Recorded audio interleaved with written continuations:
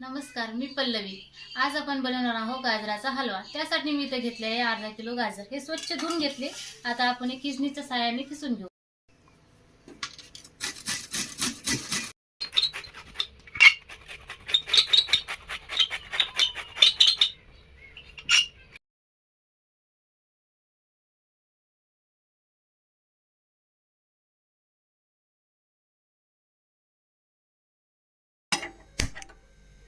आता आपण कढईत तूप टाकून घेऊ।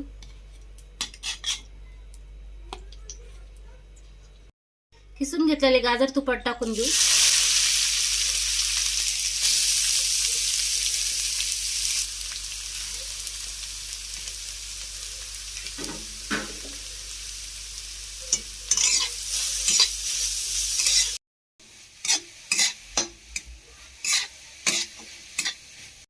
गाजर छान मऊ झालं। आता आपण याच्यात दूध टाकू।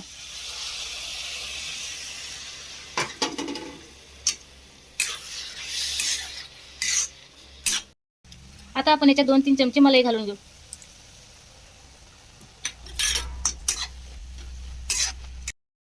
आता आपण टाकणार आहोत काजू, बदाम आणि विलायची। त्यानंतर 1 वाटी साखर घेतलेली आहे मी ती। छान मिक्स करून घ्यायचं।